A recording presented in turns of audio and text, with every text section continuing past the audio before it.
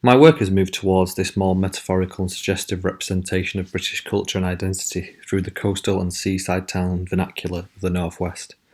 An aesthetic that looks to the past and tries to pull it forward into a contemporary set of images to start a discourse about the British love of the seaside, and how, as stated in the seaside photograph by Shenton and Williams, we all have a vision of the seaside that is uniquely our own.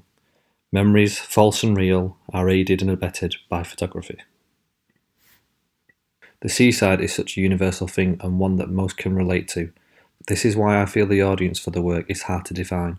But because of the context, I am communicating with middle-class millennials who would reflect on the images and feel that sense of awkwardness and conflict from their own experiences or guilty pleasures that they have in these places that they may not always like to admit, but they enjoy. So the first point of reference would be nostalgia for the audience. My images contain signs that will have varying levels of connotations about British culture and identity, some more overt than others. These cultural signified and how they are read will be crucial to how the work is successful or not. Bates said, "Each rhetorical element in the picture contributes towards this signified meaning in its own way." My work will be rhetorical in the sense that it will deal with the more suggestive and metaphorical elements in these places, and I see the images as maps of meaning or system of signs that will contribute towards this cultural signified meaning. I am trying to create this cultural code of Britishness, much in the same way that Barthes discusses Italianicity and Arabness in image, music and text, the laying out of a cultural code to create a map of meaning that says something to the audience about Britishness, and more specifically, Northwestern Britishness in 2020. We can all relate and see something familiar in images of the Great British Seaside, something from our own experience and memories and love of the seaside. Memories that may choose to ignore the neglect these seaside towns have suffered through social, cultural and economic divisions over the course of the 20th century. I'm highlighting the details that the everyday day tripper and punter may not see, the fragility and the authenticity of the seaside attraction and experience, along with the overarching effects these divisions can have on the surrounding environment. I hope that my work will continue the discourse that has been explored in the past by Martin Parr, David Hearn, and John Bulmer, and more recently, Rob Ball and Simon Roberts. Bulmer's work, I feel, reflects the theme of authenticity that I am hoping to communicate in my own work. When considering my visual aesthetic approach to my own work, I wanted to avoid the stereotypical representations of the North in black and white, symbolising perceptions of the North in a less cynical way. John Bulmer shot the North in colour, and I feel this approach suits my own work, as a location is in colour, and this retro and authentic feel that colour film brings is crucial to the meaning. Bulmer spoke of his anticipation of shooting in colour on commission for the Sunday Times in 1965. The North was considered a black and white subject. Nobody had ever seriously photographed it in colour, aside from a few amateurs. I'd shot there before, but always in black and white, but I came to the conclusion that if I was going to do an interesting story, I really needed to do it in winter and do it in rainy and foggy, so that I could get some soft muted colours. Bulmer's images feel discreet and respectful, with his subjects being unaware and often surprised. They jump out at the viewer in almost uncomfortable fashion with an air of northern attitude.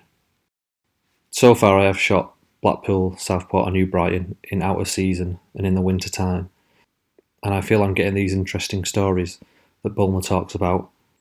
I have had struggles with my project from day one in terms of how to represent the places and the people in an objective manner, if that at all is possible.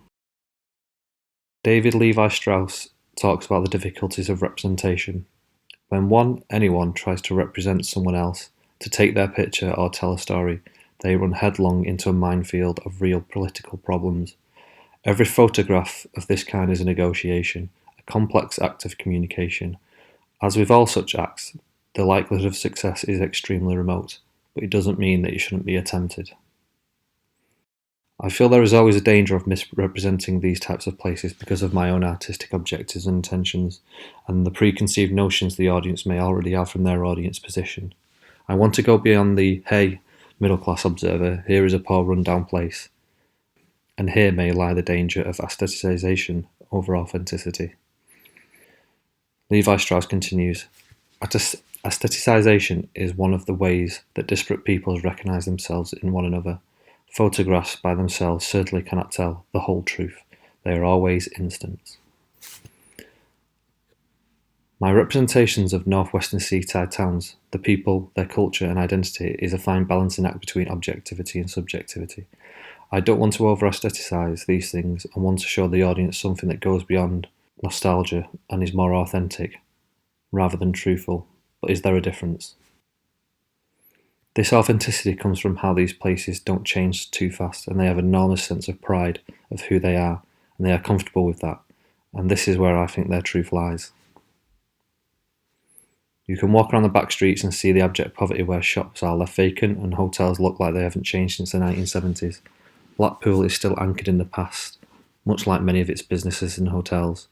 This is what I have tried to communicate here. The Douglas Hotel with its telephone number and the car on the left being the only things that tell you that it's not 1973. It is the less glamorous and envied places, objects and things I am capturing, the ordinary, the mundane that echo British culture and identity. And these indexical signs as evidence of experience that are unique to the British seaside. I've recently looked at Rob Ball's work Funland, the exploration of British culture through leisure, entertainment and family, and the spaces these shared experiences and activities happen. A mix of predictable seaside shots and the more abstract and metaphorical detail that tells its own story about the cynical nature of seaside resorts in Britain and the public's relationships with them, from amusement arcade carpets and rundown shops to the thrills of rides in the parks. His work is a very broad and wide-ranging portrait of the seaside geographically and over time. Ball said, "The past and the present both remain visible, and heritage and progress are equally celebrated and form a part of the attraction. These towns between the land and the sea that we are all drawn to always feel that they are in a very fragile state. It is this fragility I'm drawn to, the balance that these places always seem to have, socially, culturally and economically, as if there could be some sort of tipping point at any time that could have a long-term damaging effect on their environment." Stuart Hall's approach to how an audience reads a media text is useful to my practice, as I approach my shoots on the work's context. Hall's theory is a semiotic and linguistic approach to media text, and he breaks it down into 4 stages: production, circulation, use, and reproduction.